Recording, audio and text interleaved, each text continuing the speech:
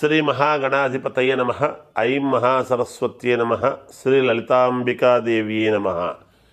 రాశిఫలాల కార్యక్రమములో భాగంగా ఈ డిసెంబర్ నెల అంతా కూడా ఎలా ఉండబోతుంది 12 రాసుల వాళ్లకు అనేటువంటి దాని గురించి ఇప్పుడు నేను చెప్పడం జరుగుతున్నది. అయితే చాలామందికి చెప్పినట్టు జరుగుతుంది గురువుగారు, మీరు అన్నట్టుగానే జరుగుతుంది అని నాకు ఫోన్లు చేస్తూ ఉన్నారు. ఇక్కడ ప్రతి వాళ్ళ జాతకములోనూ చిన్న చిన్న ఏవో సమస్యలు ఉంటాయి, ఉండకుండా ఉండవు. అసలు సమస్యలు లేని జాతకం ఎవరిది ఉంటుంది? ఎవరిది ఉండదు. అయితే మనము చిన్న చిన్న అడ్జస్ట్మెంట్లు చేసుకొని దానికి కావాల్సినటువంటి పరిహారాలు ఏదైతే సమయానికి చేసుకోగలుగుతామో వాడు యోగ్యుడు. మనము దారిలో నడుస్తూ ఉన్నప్పుడు చిన్న చిన్న ఇబ్బందులు రావా? ఆ ఇబ్బందులను మనము దాటేసుకొని మనము చేరాలి అనుకునేటువంటి గమ్యానికి ముందుకు వెళ్ళాలి కదా. అందువలన ఎవరికైనా చిన్న చిన్న మిశ్రమ ఫలితాలు అవి ఇవి అని అనంగానే ఎవ్వరూ ఏమీ డీలా పడిపోవాల్సినంతటి అవసరమైతే ఏమి లేదు. ఉంటాయి, ఒక నెల అటు ఒక నెల ఇటు ఉంటాయి. కానీ దానికి అలా చిన్న చిన్న ఇది ఉన్నప్పుడే మనము ముందడుగు ఎలా వెయ్యాలి, ముందుకు ఎలా వెళ్ళాలి అనేటువంటి భావనతో మనము దానికి తగినట్టుగా మీకు నమ్మకమైనటువంటి వ్యక్తుల చేత రెగ్యులర్గా చూపించుకునేటువంటి ఈ జాతకము చెప్పేటువంటి వాళ్ళ దగ్గర చెప్పి చూసుకోండి, మేలు జరుగుతుంది. ఎప్పుడైనా శాస్త్రములో ఏదుందో అదే చెప్తారు అందరూ కూడా.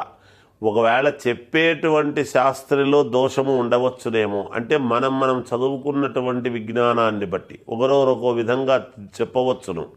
కానీ మీ మనస్సుకు ఎవరు చెప్తే దగ్గర, ఎవరు చేస్తే మేలు జరుగుతుంది అనేటువంటిది మనకు భగవంతుడు ఒక జ్ఞానం ఇచ్చాడు. అది తెలుసుకొని తద్వారా దాని ప్రకారంగా మీరు ముందుకు వెళ్ళండి. మీకు నచ్చిన చోట చూపించుకోండి, పరిహారాలు చేసుకోండి.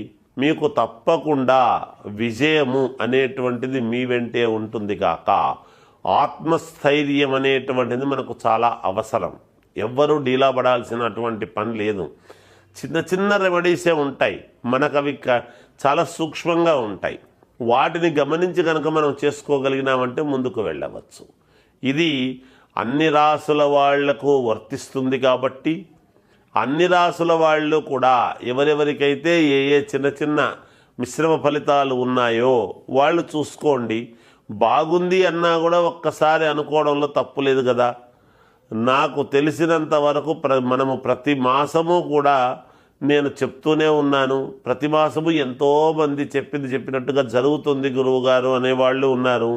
ఇంకా ఎందుకు జరగలేదు అంటే దానికి సంబంధించినటువంటి వివరణ ఇస్తూ ఉన్నాను, తెలియజేస్తున్నాను. వాళ్లకు ఉండేటువంటి వింశోత్తర దశలు, వాటి కారణంగా రాసులు అందరికీ ఎంతోమందికి ఉంటాయి.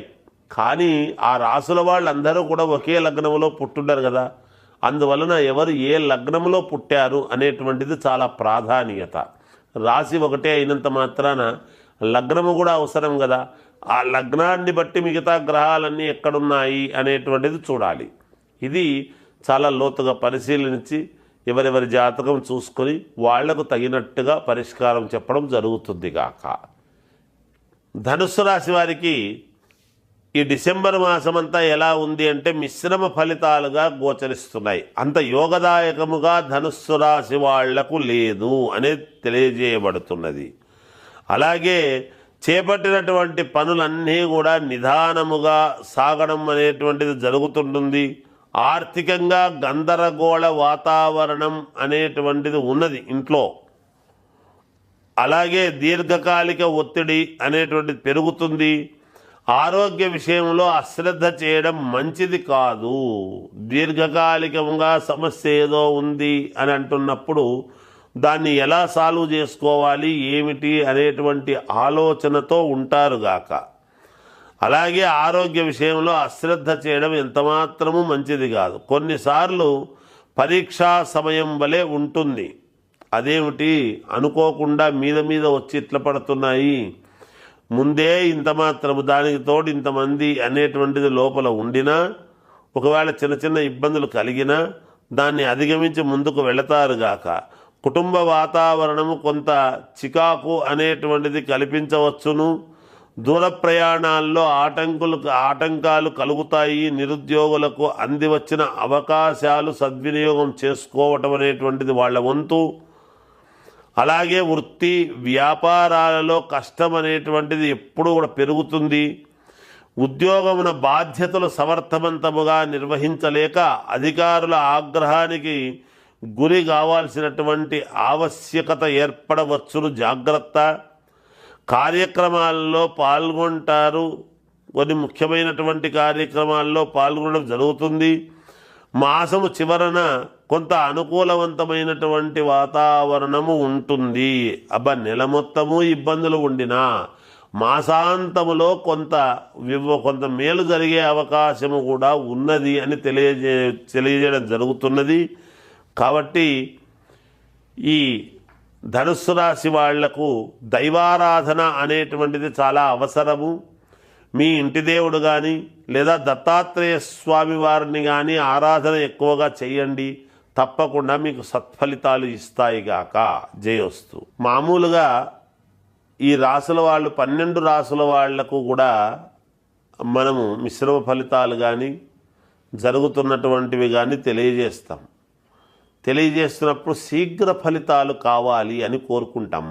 మనం ఏం కోరుకుంటాము? మామూలుగా తొందరగా పని అయితే బాగుంటుంది. వ్యాపారస్తులకైనా, రాజకీయ నాయకులకైనా, సినిమా రంగంలో ఉండేటువంటి వాళ్ళకైనా, అప్పులు రుణాలు తీర్చుకోవాలి అని అనుకునేటువంటి వాళ్ళకైనా, తొందరగా పెళ్ళి కావాలి, మన పిల్లలకు పెళ్ళిళ్ళు కావడం లేదే అని అనుకునేటువంటి వాళ్లకు, ఉద్యోగం రావాలి అనుకునేటువంటి వాళ్లకు నేను 100% పంచముఖాంజనేయ స్వామి ఉపాసకుడిగా ఏది ఉందో అది మనము చెప్పాల్సినటువంటి ధర్మం ఉన్నది. ప్రజలను భయోత్పాతం చేయటం కాదు, కానీ వాళ్లకు తెలియజెప్పేటువంటి విధానము ఉంటుంది. అది ఖచ్చితముగా మనము గనక ఎప్పుడైతే పాటించినామో మన దగ్గరికి వచ్చినటువంటి వ్యక్తులు ఈ పని జరగలేదని ఇంకోరి దగ్గరికి పోరాదు కదా, అప్పుడు మాలో లోపము కదా. అది జరగకుండా, అట్లాంటివి కాకుండా పంచముఖ ఆంజనేయ స్వామి ఉపాసనా బలంతో వాళ్లకు యంత్రసహిత శీఘ్ర ఫలితాలు రావటానికి ఏమి చేయాలనో చేస్తూ ఉంటాము. అలాగే మీరు కూడా మీ పనులు ఏమైనా ఇబ్బందులు కలిగేట్టుగా ఉంటే సంప్రదించండి. తప్పకుండా మీకు కలిగినటువంటి ఇది నేను చేసి పెడతాను. లేదా మీకు నచ్చిన వాళ్ళ దగ్గర అడిగినా చేసుకుందరుగాక మీ సౌకర్యాన్ని బట్టి. ఏదైనా పరిహారాలు అనేటువంటివి చాలా అవసరం. ఎప్పటి పరిహారం అప్పుడే చేసుకోవాలి. ఏముందిలే రేపు ఎల్లుండి చూద్దాములే అంటే ఈ పరిహారాల వలన ఇబ్బందులు కలుగుతూ ఉంటాయి. ఇబ్బంది అయిన తర్వాత కార్యాంతే అప్రయోజక అని అంతా అయిపోయిన తర్వాత మనము చేసుకుని ఉంటే బాగుండు కదా అనేటువంటి మాట రావద్దు. అందుకని యద్భావం తద్భవతి. మనము ఏదైతే పోగొట్టుకుంటామో అదే వస్తుంది. మనం ఏదైతే ఇష్టి కోసం చేస్తామో అది ఖచ్చితంగా మనకు జరిగి తీరుతుంది. అందువలన మీ వ్యక్తిగతమైనటువంటి జాతకాలలో ఏదైనా లోపాలు ఉంటే త్వరితగతిన సవరించుకోండి అని నేను తెలియజేస్తూ జయోస్తు.